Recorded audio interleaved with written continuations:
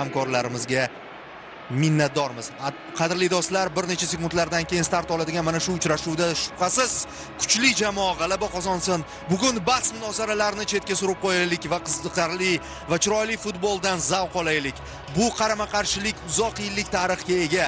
Mana shu tarix davomida ushbu jamoalar juda ko'p buyuk uchrashuvlarni o'tkazishdi. Futbol allaqachon shunchaki o'yin darajasidan yuqoriga ko'tarilib bo'lingan. Shu sababli ham El Clasico translyatsiyalari butun dunyo rekordlarini yangilaydi. Real Madrid, Barcelona. Bu El Clasiconing o'ziga xos tomoni shundaki, do'stlar, bu El Clasico qaysidir ma'noda Ispaniya chempionatining bu mavsumiga oydinlik kiritib berish kerak. Sababi agar Real g'alaba qozonadigan bo'lsa, Barsa bilan oradagi farqni shu qadar oshirib yuboradiki, chempionat yakuniga qadar Barsa yeta olmasligi mumkin. Agar Barsa g'alaba qozonadigan bo'lsa, ular chempionatda yana yetakchilikka umid qilishlari mumkin. Shunday ekan, bu uchrashuvning ahamiyati yana ko'p karra oshib ketmoqda, do'stlar. Santiago Bernabeu bugun juda katta performansni amalga oshiradi, chunki Bernabeudagi muxlislarni Pike tanqid qildi. Pikening har bir so'zi esa nafaqat Barselona muxlislari uchun ahamiyatga ega, balki Real muxlislarining ham g'ashiga tegadi. Pike esa eng tegib bo'lmas mavzuni ochdi. U aytdiki, Santiago Bernabeu muxlislari o'z jamoasini g'alaba qozonganda ham qo'llab-quvvatlay olmaydi deb, shu sababli ham bugun Madrid muxlislari Pikega va balki butun dunyoga buning aksini isbotlab berishlari kerak bo'ladi. Jamoalar maydon tomon yo'l olishdi. Hozircha tabassum, do'stona kayfiyat hammasi joyida.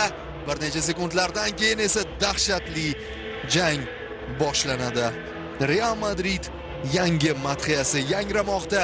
Mana Santiago Bernabeuning bugungi ko'rinishi. Qani tinglaylikchi.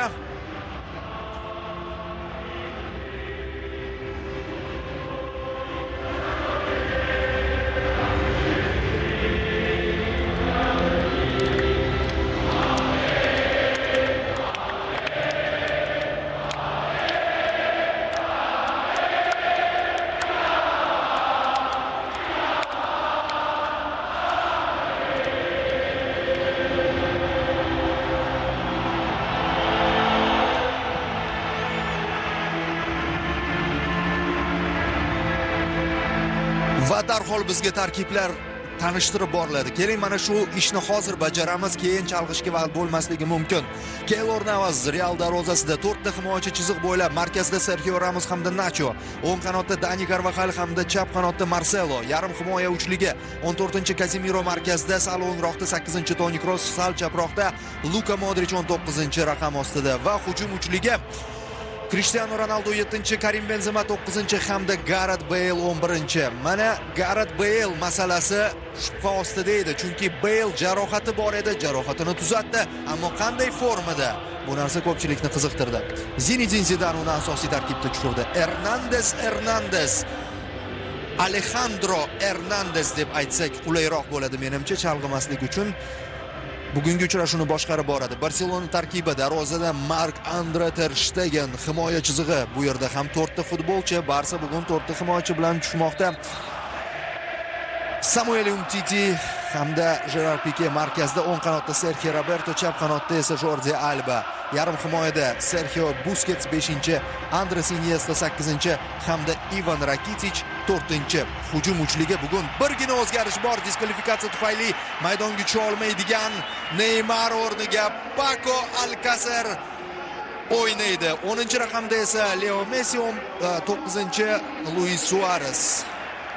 Mana shunday tarkibni taklif etyapti bosh murabbiy Luis Enrique.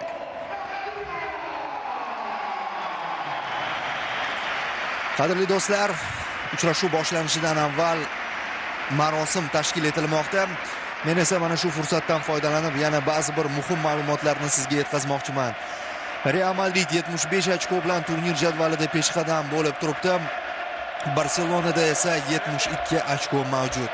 Sergio Ramos Real Madrid sardori sifatida mehmonni kutib oldi. Bu ishni Andres Iniesta ham amalga oshirdi. Va hakamlar ham birinchi to'pni o'yinga kiritish, endi ramziy ma'noda bu ish topshirildi. Demak, qadrli do'stlar, o'yin boshlanishiga hamma narsa tayyor. Butun dunyo, millionlab, milliardlab muxlislar ekran qarshisida katta hayajon bilan hushtakni kutib turishibdi. Ikkala jamoaga omad, yo'q, keling, uchala jamoaga omad deylik. Hakamlar jamoasiga alohida omad, chunki ikkala jamoa ham, ya'ni Real ham, Barselona ham Chempionlar Ligasida aynan hakamlar tufayli juda ko'p e'tirozga sabab bo'ldi. PSG va Bavariya bilan kechgan o'yinlar bugun unutilishi kerak. Bugun kuchlisi g'alaba qozonsin yoki bo'lmasa murosani tanlashsin. Nima bo'ldi? Leo Messining ko'zi ko'karibdi. Nahotki bu Ronaldo? Yo'q, ular o'yindan oldin bir-biriga yaqinlashtirilishmaydi. Aynan shunday holatlar ro'y bermasligi uchun uchrashuvni Real boshlab bermoqda. Maydon markaziga to'p o'rnatildi. Hernandesni kutmoqda butun dunyo. Xo'sh, 2016-2017 yil Ispaniya La Ligasining ikkinchi davrasidagi 33-turdagi El Clasico'ga start berildi. To'p bilan Real Madrid futbolchilari, boya aytib o'tganimdek, ularni atiga 3 ochko, ya'ni bir g'alabaga teng bo'lgan farq ajratib turibdi. Mana shu narsa o'yinga bo'lgan qiziqishni yanada oshiradi. Bosim juda yuqori darajada. Sergio Ramos buni birinchi bo'lib his etdi. Aynan u hozir xatoga yo'l qo'ydi. Marcelo to'pga yetib bora olmadi. Xuddi shu xatoni hozir Barselona futbolchilari ham amalga oshirishdi.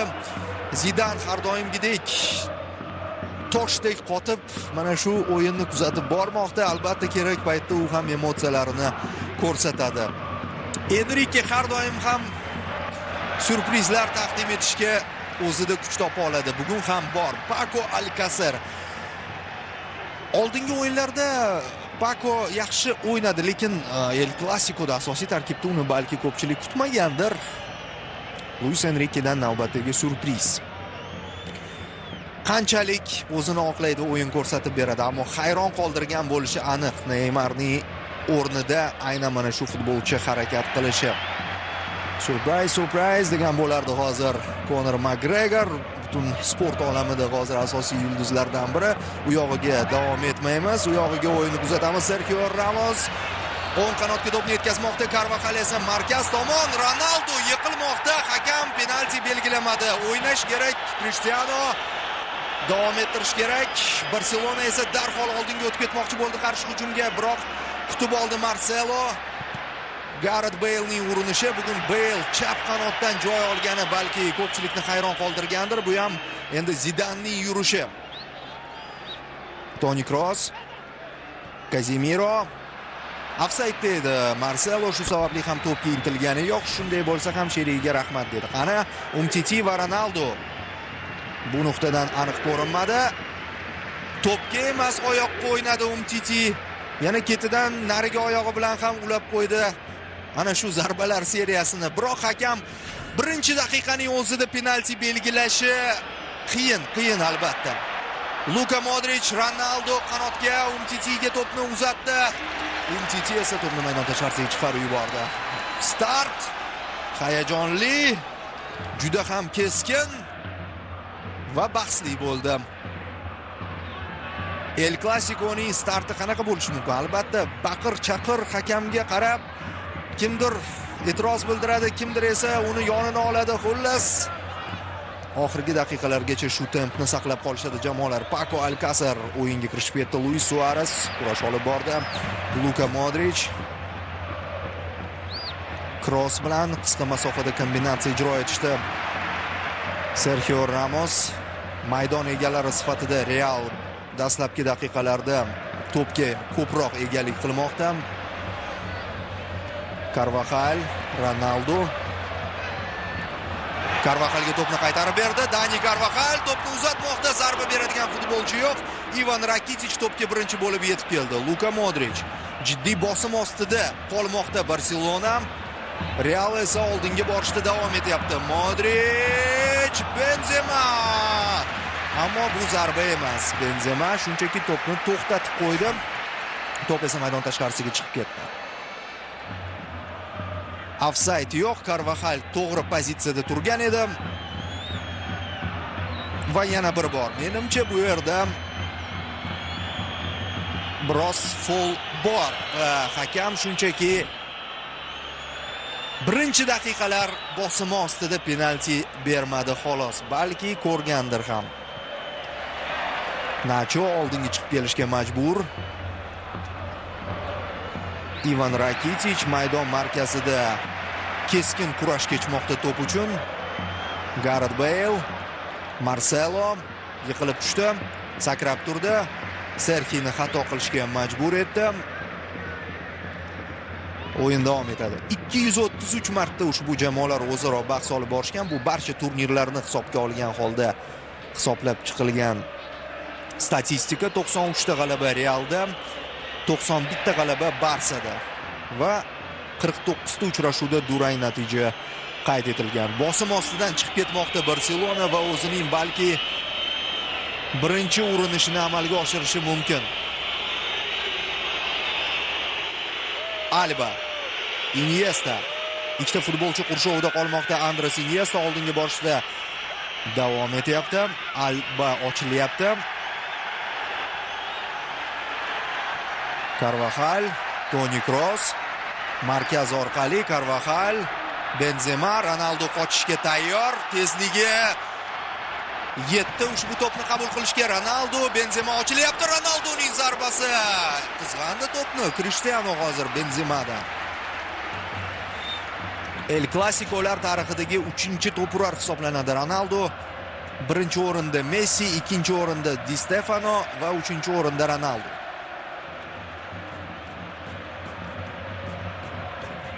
Leo Messi maydonda va u gollar hisobi bo'yicha o'z rekordini yangilashi mumkin. Ronaldo esa unga biroz yaqinlashishi mumkin. Bu borada albatta ustunlik argentinalik futbolchida. Iniesta Barsaning o'ziga kelishi sal qiyin bo'lyapti. Bosimdan keyin, ammo bosim golsiz o'tdi. Real uchun bu muammo. O'yindan tashqari holatda qolib ketdi Luis Suarez.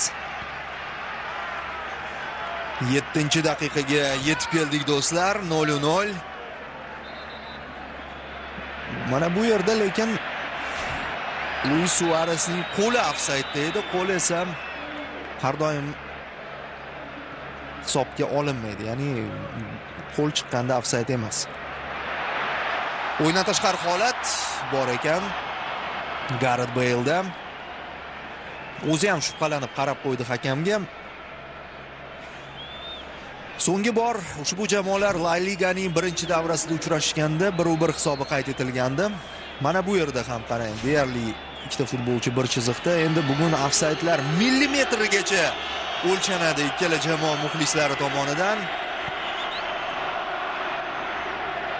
Umtiti markazdan o'tdi bir o'zi.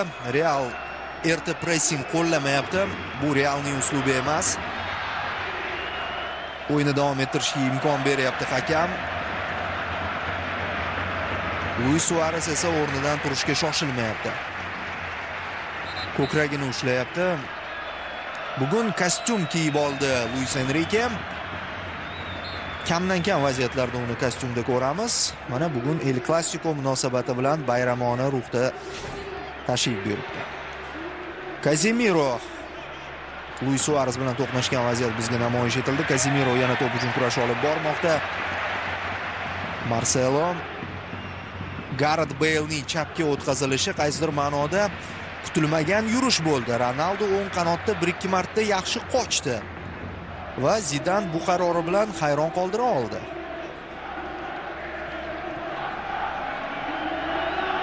Sergio Ramos, Bale, Toni Kroos, o'ng qanotga Modric,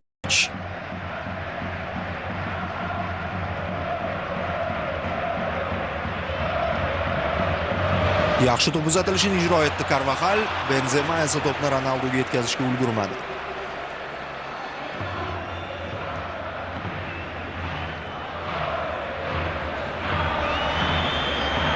Busquets bosim ostida qolmoqda.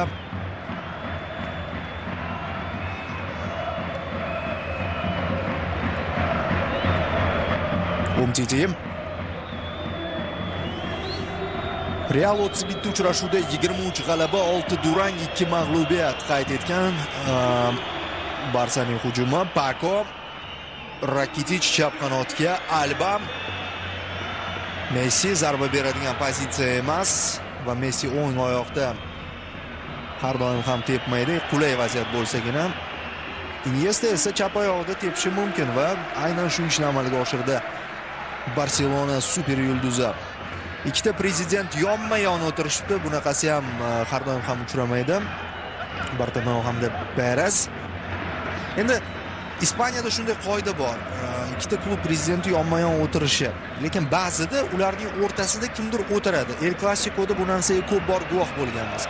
Yana bitta kichik fakt, balki bu unchalik rol o'ynamas, lekin El Clasico'lar oldidan mezbon jamoa prezidenti hamkasbini kechki ovqatga taklif qiladi. Florentino Perez bu ishni amalga oshirdi, lekin bu safar Bartomeu rad javobini berdi. Ya'ni ular har doim ham rozi bo'lishmaydi.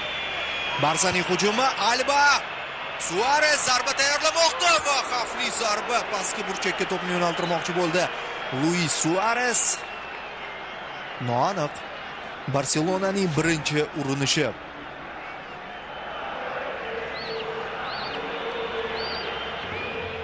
Ikkala jamoada ham bitta-ikkita yo'qotishlar bor, jiddiy yo'qotishlar. Barselonada bu albatta diskvalifikatsiyaga uchragan Neymar 3 ta o'yinga chetlatilgani sizga ma'lum. Vidal hamda Rafinha'da ham jarohat bor, lekin bu 100% asosiy tarkib futbolchilari bo'lmagani uchun Neymar eng asosiy yo'qotish sifatida qabul qilinmoqda. Realda esa Pepe hamda Varan jarohat olgan. Varan mashg'ulotlarga qaytdi-yu, lekin bugun o'ynamaydi. Zaxirada ham yo'q. Hali o'ziga kelib olgani yo'q bu futbolchi. Marcelo bitta harakatning o'zida to'pni uzatmoqchi bo'ldi, niyati amalga oshmadi. Rakitic Ter Stegen oldinga tepib yubormaydi. Yonida turgan Umtitiga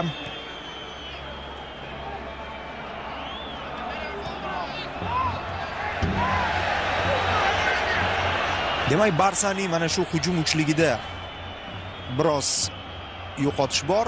Realda esa himoyada muammo. Messi va sariq kartochka bo'lishi mumkin Kazemiroga. Sariq kartochka, chunki o'tib ketgan edi undan. Messi ochiqchasiga to'xtatishga harakat qildi. Juda erta kartochka olyapti Kazemiro, ayniqsa uning eng asosiy stoper to'xtatadigan tayanch yarim himoyachisi ekanligini inobatga oladigan bo'lsak, 12-daqiqadayoq kartochka bu xavotirli Real uchun. Lekin kartochka 100%. Shubhaga o'rin yo'q. Buni Kazemironing o'zi ham tan olib, hakamga indamay qo'ydi. Indamay qo'ya qoldi deylik, to'g'riroq bo'ladi. Umtiti chap qanotda, endi Alba oxirigacha intiladi va qanday xatoga yo'l qo'yapti hozir Gareth Bale. Bale hali to'liq formani tiklab olgani yo'q va bu narsa sezilib turibdi. Misol uchun Benzema va Ronaldo ancha faol. Bale bitta-ikkita oldinga siljishlarni amalga oshirdi-yu, foydali harakatlar ko'p emas. Messi ajoyib tarzda Kazemironi aldagan vaziyat. Realning bo'sh nuqtasi sifatida hozirgi kunda Nacho e'tirof etilyapti. Bitta-ikkita o'yinlarda xatoga yo'l qo'ydi. Buni Barsa futbolchilari ham yaxshi tushunib turishdi, ammo Nacho o'sha yo'l qo'ygan xatolaridan keyin o'ziga kelib oldi va Bavariya bilan kechgan o'yinda ishonchli harakat qilganini ham ta'kidlab o'tish kerak. Modric umuman forma borasida menimcha bugungi uchrashuvda Real baribir ko'proq favorit hisoblangandi, chunki jamoa endi o'z-o'zidan turnir jadvalida birinchi o'rinda. Undan tashqari ruhiy holati yaxshi. So'nggi o'yinda Real Chempionlar Ligasi chorak finalida Bavariyadan ustun keldi. Bu yerda ofsayd boya aytib o'tganimdek millimetrgacha o'lchaydigan bo'lsak bor. Bugun esa o'lchanadigan o'yin. Barselona esa Juventusga imkoniyatni boy berdi. Bu narsa kayfiyatga ta'sir qilgandi. Ammo Luis Enrique buning aksini aytib o'tdi matbuot anjumanida. Enrikening fikricha, Chempionlar Ligasidagi muvaffaqiyatsizlikdan so'ng Real bilan o'yin bizga ayni muddao bo'ldi, chunki Barselona muxlisi uchun Real ustidan Bernabeuda erishiladigan g'alabadan boshqa xursandchilik bo'lmasa kerak deb. Bundan ortiq xursandchilik yo'q deb aytib o'tdi Enrike. O'ziga ancha ishonyapti. Endi murabbiy ishonmasa bo'lmaydi. Murabbiyning ishonchi butun jamoaga ta'sir qilish xususiyati bor. Bo'lmasa murabbiy nima uchun kerak? Ishontira olmasa. Umtiti Barsa oldinga o'tishga shoshilmayapti.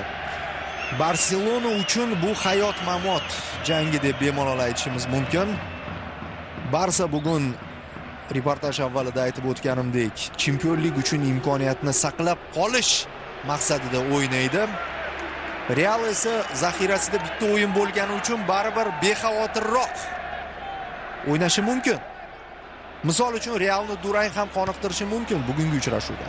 Bu agar turnir jadvali nuqtai nazaridan oladigan bo'lsak, lekin o'yinning prinsipiallik tomonini inobatga olsak, unda Realga durang keragi yo'q, g'alaba kerak. Serxi Ter Stegen, mana bu xavfli o'yin bo'lyapti hozir.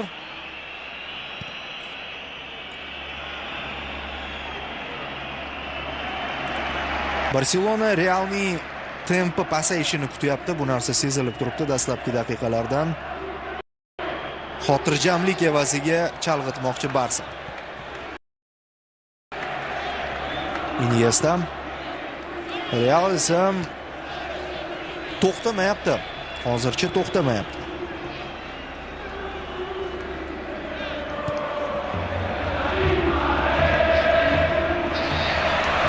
Modric ortidan Paco ta'qib qilib kelmoqda. Ronaldo Benzemaga, Benzemani hozir Pique yopgan edi va aynan Piquening harakati hozir qutqardi Barselonani xavfli hujumdan. Alba markazda Busquets bir o'zi.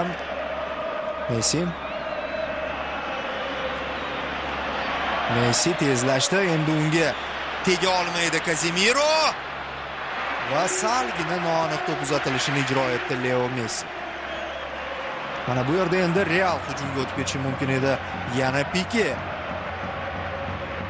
Do'stlar, boya umumiy natijalar haqida aytdim, barcha turnirdagi natijalar. Hozir esa La Ligadagi natija keyinroq.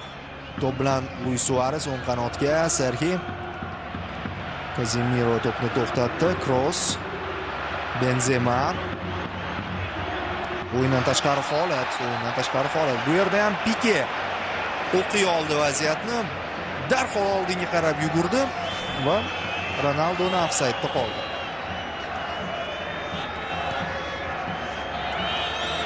Mana Leo Messi qochgani va to'pni Rakitic tomon uzatgani. Mana bu yerda esa Pique sun'iy ofsayd yuziga keltirgan vaziyat.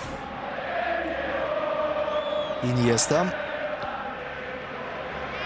Modric, Carvajal ochilyapti, lekin Modric oddiy yo'l tanlamadi har doimgidek. Luka Modric markazga, Benzema! Zarba juda ham bo'sh chiqmoqda. Karim Benzema juda kuchsiz zarba berdi. Endi Benzema mo'ljalni to'g'rilab olish uchun 2-3 ta vaziyat kerak. Paco, Luis Suarez. Bunisi endi Benzemadan ham o'tib tushdi. Luis Suarezning zarbasi.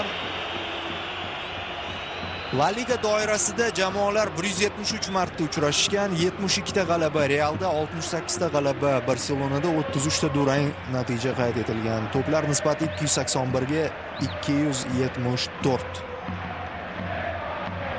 Santiago Bernabeudagi o'yinlar 86 ta La Liga doirasida. 52 ta g'alaba Realda, 19 ta Barsada, 15 ta durang.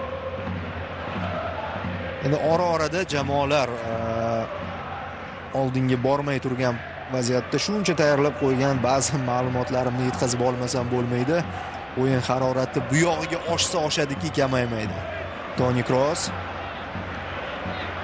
Kazemiro juda buyuk assistent emas, shu sababli shoshmadi to'pni uzatishga. Bale, mana bu original to'p uzatilishi edi. Ammo uning originalligidan hatto sheriklari ham uncha tushungani yo'q. Pakoning to'p uzatishi va Luis Suarez to'xtatmasdan turib to'pni reklama shitlari tomon yo'naltirdi. 0-0 yo'qotilgan imkoniyatlar bo'yicha.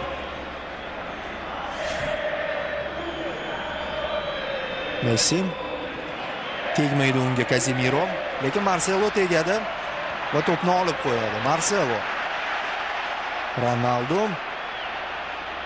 jarima maydonchasiga yaqinlashmoqda. Krishtianuning zarbasi Ter Shtegen. Mana bu o'yindagi eng jiddiy seyv bo'ldi hozir.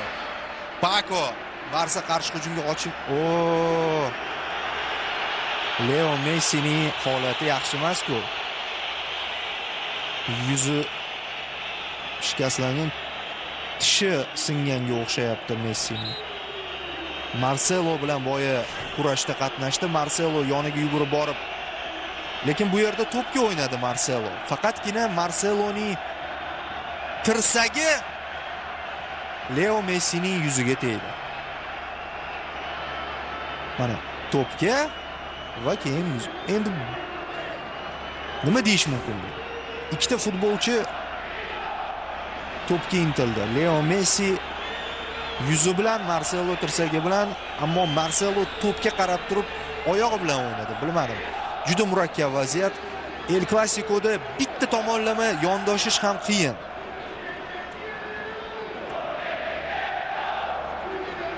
Lekin Marcelo birinchi bo'lib Messining yoniga borib, undan hol-ahvol so'ragani qaysidir ma'noda to'g'ri ish bo'ldi. Mana bu esa Ter Shtegen muqarrar goldan qutqargan vaziyat.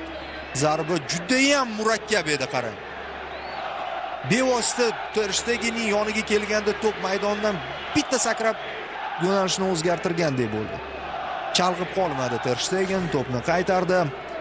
0-0 Messiga yordam ko'rsatiladi va u maydonga qaytadi. O'ylaymizki, bu holat uning o'yinni to'xtatishiga sabab bo'la olmasa kerak. Luis Suarez, Kazemiro, Toni Kroos. O'yindan tashqari holati yo'q. Gareth Bale zarba. Qarang, qanchalik yaqinlashyapti Real golga. Shuncha imkoniyat, 3 ta yaqqol imkoniyat. 3 ta yaqqol imkoniyatdan foydalana olmadi Real. Birinchi taymning birinchi qismida madridliklar ustunlikka ega. 4-3 umumiy zarbalar bo'yicha. Aniq zarbalar bo'yicha menimcha mana 4-0 qarang. Real 4 ta zarba berdi, 4 talasi aniq. Barsa 3 ta zarba berdi, uchalasi noaniq.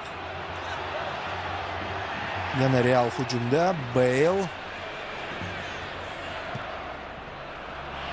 Bale formada emasligi bilinyapti.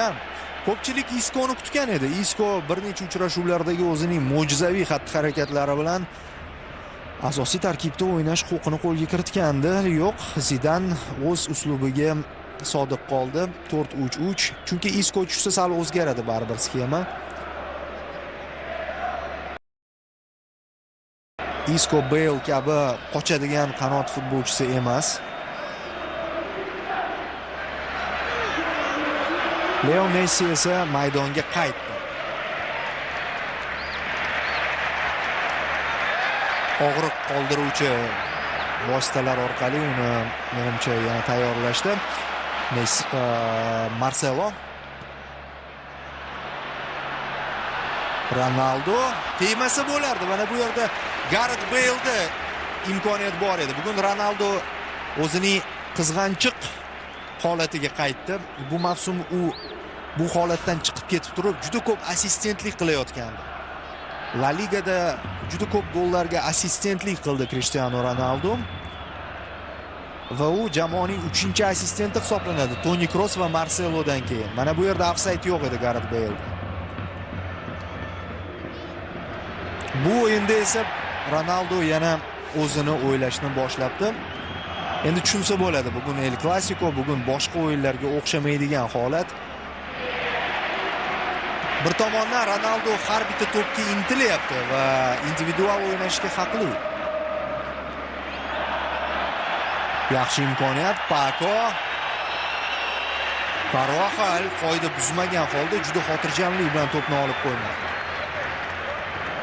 Jiddiy ustunlik bilan o'ynayapti Real. Barsa sekin o'ziga keladimi yoki bu rejami? Agar reja bo'lsa, Luis Enrique, bu rejangizda qaysidir muddat ustunlik qilish bormikin, yo'qmikin? Mana shu qiziq savol bo'lyapti hozir. Toni Kroos, Luka Modric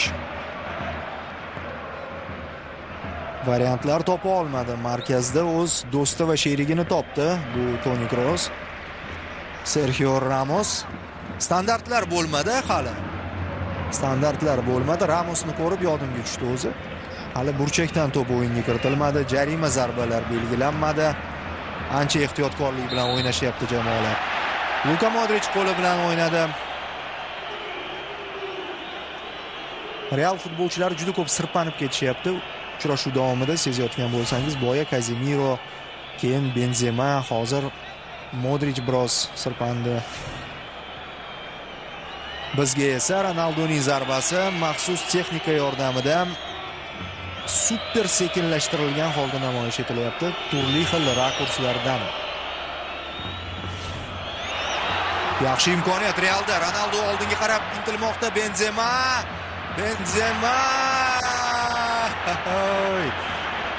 Karim Benzema to'pni to'xtatib o'ziga bo'ysundirib olguncha atrofida 2 marta Sergio Roberto aylanib o'tib olib qo'ydi. Iniesta 2ga 2 chiqdi Real. Bilasizmi, shuncha ko'p imkoniyatlarni yo'qqa chiqarish odatdan jazolanadi. Futbolda shunday qoida bor. Bu o'yinda qanday bo'ldi? Mana bu yerda Casemiro qoida buza olmaydi.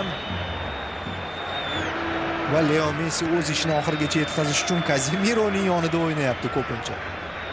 Mana go'yoki yoniga chaqirgandek. Sergio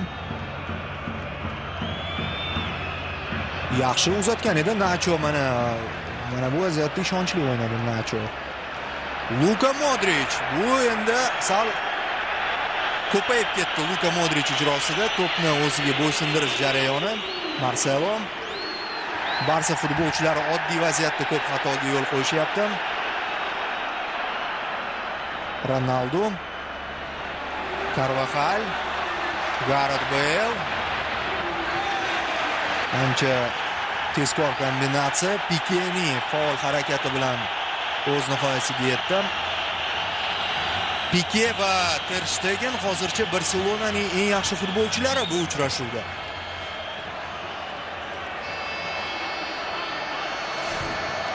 Va burchak zarbasi, mana birinchi standart vaziyat, birinchi burchak zarbasi va birinchi imkoniyat Realda. Ya'ni standartdan keyin gol urish imkoniyati. Toni Kroos, Pike va Ter Stegen baravariga chiqib kelishdi to'pga. Marcelo, Ramos to'p darvoza ustiga tegdi, zarba va Casemiro 1-0. Real Madrid juda katta ustunlikni golga aylantira olmoqda. Bilasizmi, bu yerda Barselona jazolandi. Juda xotirjam o'ynagani uchun jazolandi. Qandaydir ko'zi yonmagandek tuyuldi menga Barsa futbolchilarining. Mana endi ko'zi yonadi. Endi oyog'i tagida o't chaqnamasa hisob emas.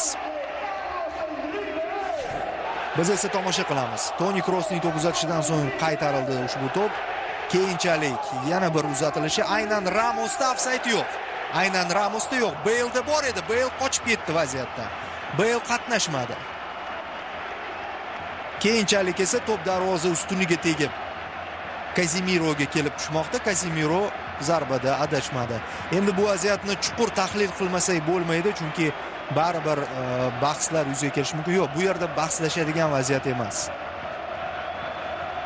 Sergio Ramos ofsaydda emas, Casemiro ofsaydda emas. 1-0.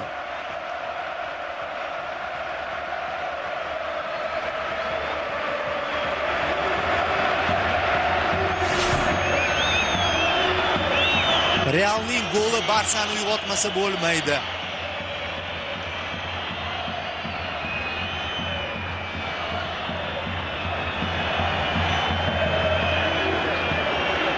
Umtiti. Pike. O'ng qanotga Serxi.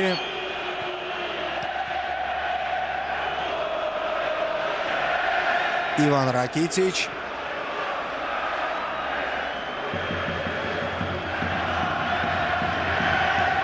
Pike. Umtiti. Mana endi Real sal time-out olmoqda, biroz nafas rostlab olish uchun, chunki 28 daqiqa Real juda yuqori tempda o'ynadi, bosim bilan o'ynadi. Butun 90 daqiqa bunday o'ynab bo'lmaydi va Real to'xtadi. Endi yurish navbati Barsaga.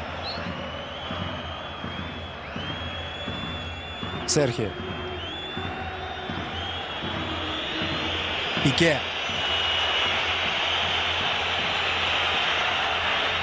Pikeni qushdagilar bilan kutib olishganiga e'tibor qaratgandirsiz.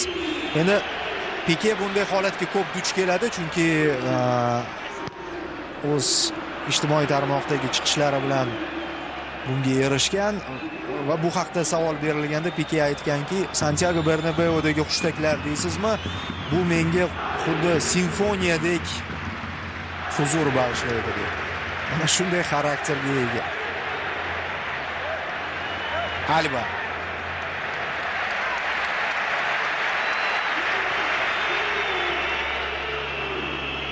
Busquets. Messi. Mana bu yerda Casemiro qoida buzdi.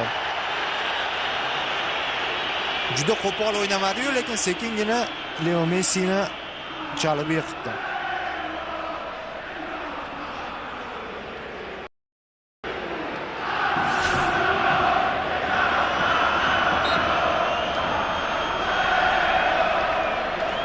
Hernandez bu mavsumda Realning 3 ta o'yinini boshqargan. Bu o'yinlarda Real 2 ta g'alaba va 1 ta mag'lubiyat qayd etgan. Barselonaning 2 ta o'yinini boshqargan, 1 ta g'alaba va 1 ta durang.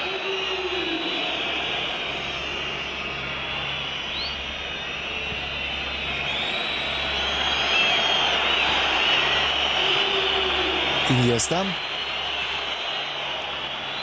Pike, Rakitic, Messi, Busquets. Yaxshi kombinatsiya, Leo Messi zarba! Barobar! Bu Leo Messi va uning mo'jizaviy goli hisob tenglashmoqda. Bilasizmi, hozir hech narsa qila olmayotgan joyda Barselona yetakchisi Lionel Messi hammasini hal qildi. Mavsumdagi 30-goli. Dahshatli gol.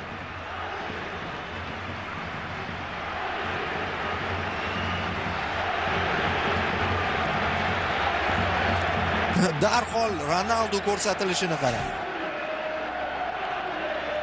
Ofsayd yo'q. Va mana Modric hamda Carvajalning yonidan yugurib o'tyapti Leo Messi. Hamda hisobni tenglashtiryapti. 1-1 El Clasico'da kurash hali to'xtagani yo'q.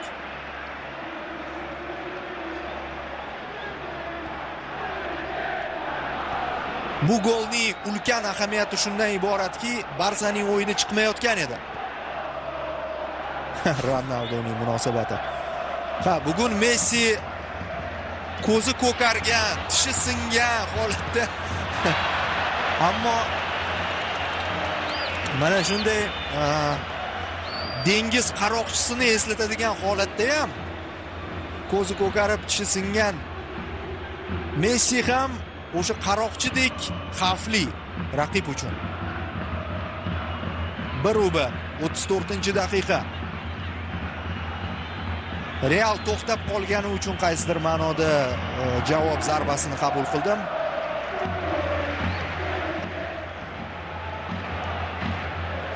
Ramos qandaydir tushunarsiz xatoga yo'l qo'ydi Sergio Ramos. Ammo xuddi shunday xato bilan Barselona javob qaytardi. Nacho uzr so'rayapti. Bu Nachoning aybi deb baholandi shekilli. Yana bir bor tomosha qiling.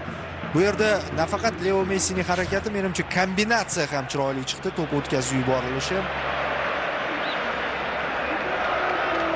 Nacho Barsa to'p uzatilishlari borasida ustunlikka ega.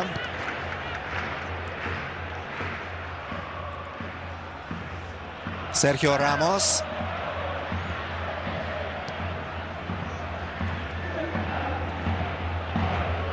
Toni Kroos va qara, endi Toni Kroos to'pni sovg'a qilyapti Barselonaga. Negadir ikkinchi marta Barsa futbolchilari foydalana olishmayapti. Ikkala jamoadan ketma-ket xatolar. Menimcha Barselonaning goli Realga shok holati bo'ldi. Toni Kroos o'ngroqqa, Carvajal, Ronaldo markazga, Modric chap oyoqda zarba. Juda kuchli zarba edi Ronaldo yuqoridan, ammo to'p maydonni tark etdi. Ronaldo to'pni hech kimga bergisi kelmayapti. Ortidan Carvajal kelayotganda unga ham bergisi kelmadi. Luka Modric ba'zida uzoqdan juda xavfli zarbalar beradi. Mana o'sha vaziyat. Ter Stegen nechinchi bor qutqaryapti? Golda uning umuman aybi yo'q. Yoki bormi? Ramosni yopish kerakmidi? Gareth Bale o'zi jarohatini endi tuzatdi. Asosiy tarkibda maydonga tushdi. Isco. Chaqir Isconi dedi Zidan. Chaqir.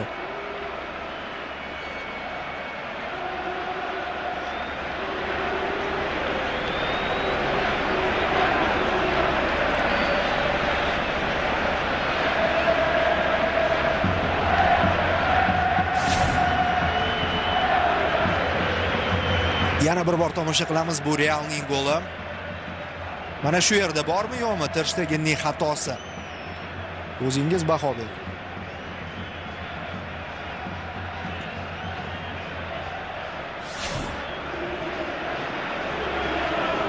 Hozir ko'ramiz. Mana Ramos 4-raqamga e'tibor bering. Ramos ofsaydda emas. Ramos ofsaydda emas.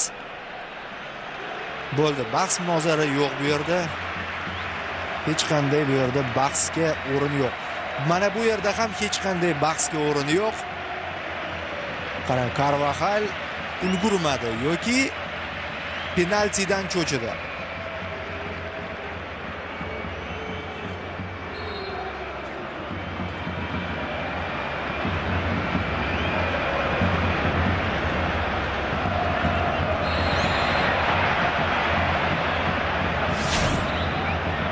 O'yinda biroz to'xtalish yuzaga keldi.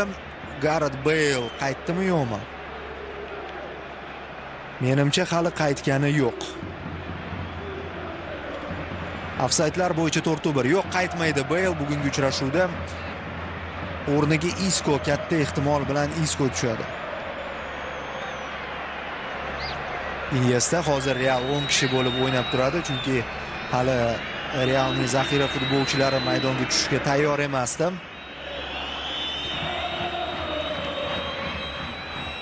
Serhim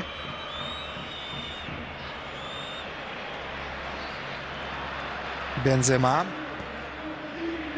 Ronaldo. Mana bu yerda Umtiti qoida buzdi. Sariq kartochka yo'q deyapti hozir Hernandez. Asensio. Isco emas, Asensioni tushiryapti. Kartochka bor, demak Umtitiga kartochka bor. Ha, bu yerda albatta. Oyoqqa o'ynadi Umtiti va sariq kartochka oladi.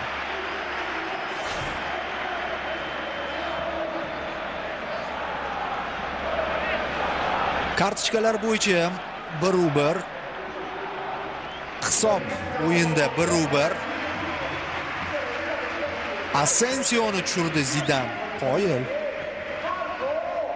Marko Asensio.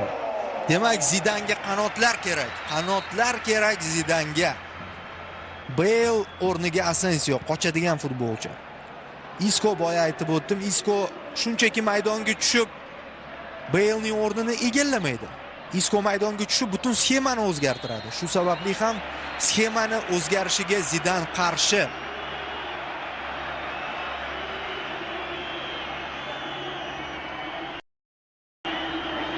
O'yin tempi sal buzildi o'sha qo'polliklar natijasida. Endi bir ma'lumot, qadrli do'stlar, bizni ijtimoiy tarmoqlarda ham ko'pchilik qo'llab-quvvatlab sahifalarimizni kuzatib boradi. Bu uchun minnatdormiz va boshqa muxlislarni ham albatta chaqiramiz. Ijtimoiy tarmoqlarda bizning rasmiy akkauntlarimizni kuzatib boring. Rasmiy sahifalarimiz bor. Facebook tarmog'ida UzReport TV akkauntiga ulaning, kuzatib boring. Hozir esa Barselonada imkoniyat. Messi xuddi shunga o'xshash vaziyat, zarba.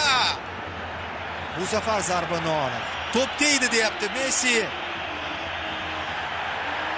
Hernandez esa ko'rmadi buni. Hernandez ko'rmay qoldi buni. Boshqa nuqtadan ko'rsatilsa mana.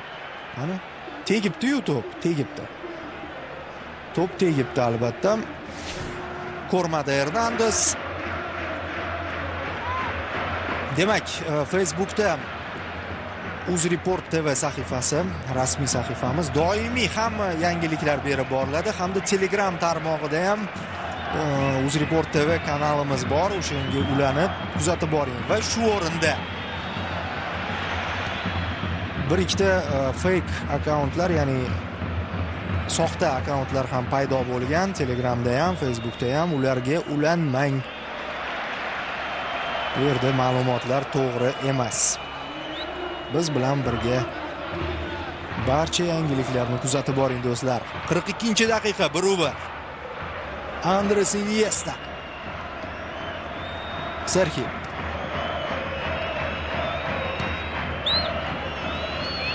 Pikem tinchlandi biroz o'yin. Tinchlandi hamda tenglashdi. Nafaqat hisob tenglashdi, balki o'yin jarayoni ham tenglashdi. Barselona haqiqatan ham Realdan gol o'tkazib yuborgach, umuman boshqacha o'yin ko'rsatishni boshladi.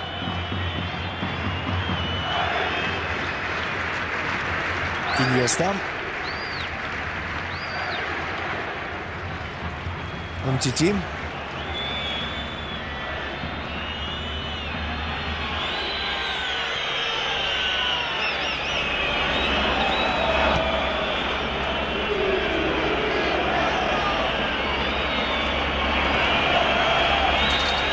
Ter Stegen.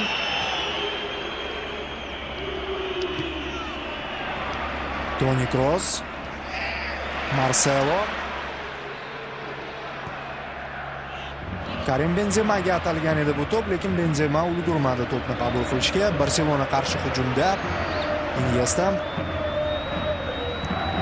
bo'sh zona topdi va u yerda Messini qidirib topdi. Suarez, offside yo'q. Luis Suarez yuqoridan va Asensio hozir xalaqit berishga ulgurdi Albaga, ammo baribir zarba kutilmagan holatda amalga oshirildi.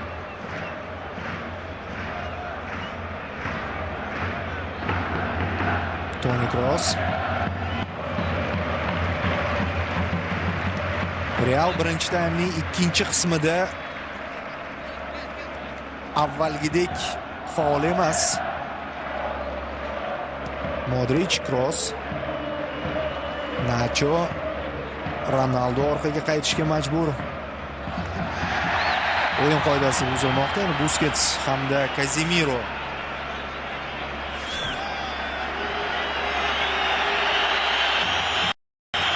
o'yindan tashqari holati yo'q edi aynan Suarezda va Paco Alcacerga uzatilgan to'p. Yo'q, bu yerda Alcacerga ham emas, shunchaki maydon jarima maydonchasi markaziga kimdir borib tepishi kerak degan ma'noda uzatilgan to'p.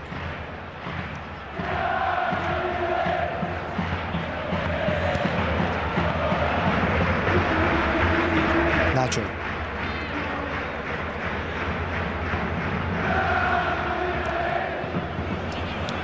Kazemiro mana xato qilishga majbur etdi kutilmaganda Rakitichni. Taym oxirida Real faollashyapti biroz.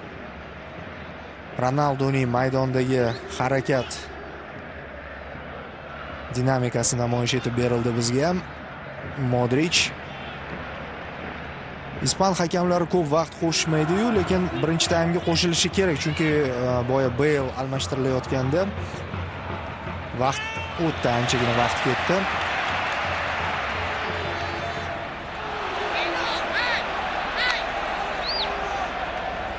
Qirq 5-daqiqaga yetib keldik. Afsuski bitta taym ko'z ochib yumguncha o'tib ketdi.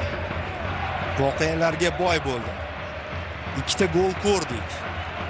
Birinchi bo'limning o'zida hujumlar ko'rdik. To'qnashuvlar ko'rdik. Hatto jarohat ham ko'rdik. Asensio Realning umidi va kelajagi deb e'tirof etilayotgan futbolchi. Modric kombinatsiya yuzaga keltirayotgandi Real markaz orqali. Barsa esa qarshi hujumda mana bo'sh zona paydo bo'lyapti Barselonadan. O'yin qoidasi buzilmoqda. Kazemiro bugun personal ravishda o'ynayapti. Kazemiro Messiga qarshi. Tabiiyki Barselona futbolchilari ikkinchi sariq kartochka so'rashyapti. Lekin Hernandez bosim ta'siriga tushayotgani yo'q, ko'ramiz. O'zingiz baho bering, bormi yo'qmi ikkinchi sariq?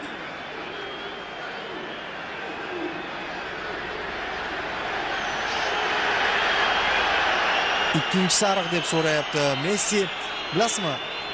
Hozir hakam bermagan bo'lishi mumkin, lekin Kazemironing keyingi shunga o'xshash harakati aniq ikkinchi sariq bilan jazolanadi. Shu sababli Zidan ikkinchi taymga Kazemironi qaytib tushirarmikin yo'qmi? Rakitich jarima maydonchasiga Umtiti yaxshi ochilib borgan edi. Xavfli hujum 2 daqiqa qo'shgan ekan Hernandez. 47-daqiqa. Iniesta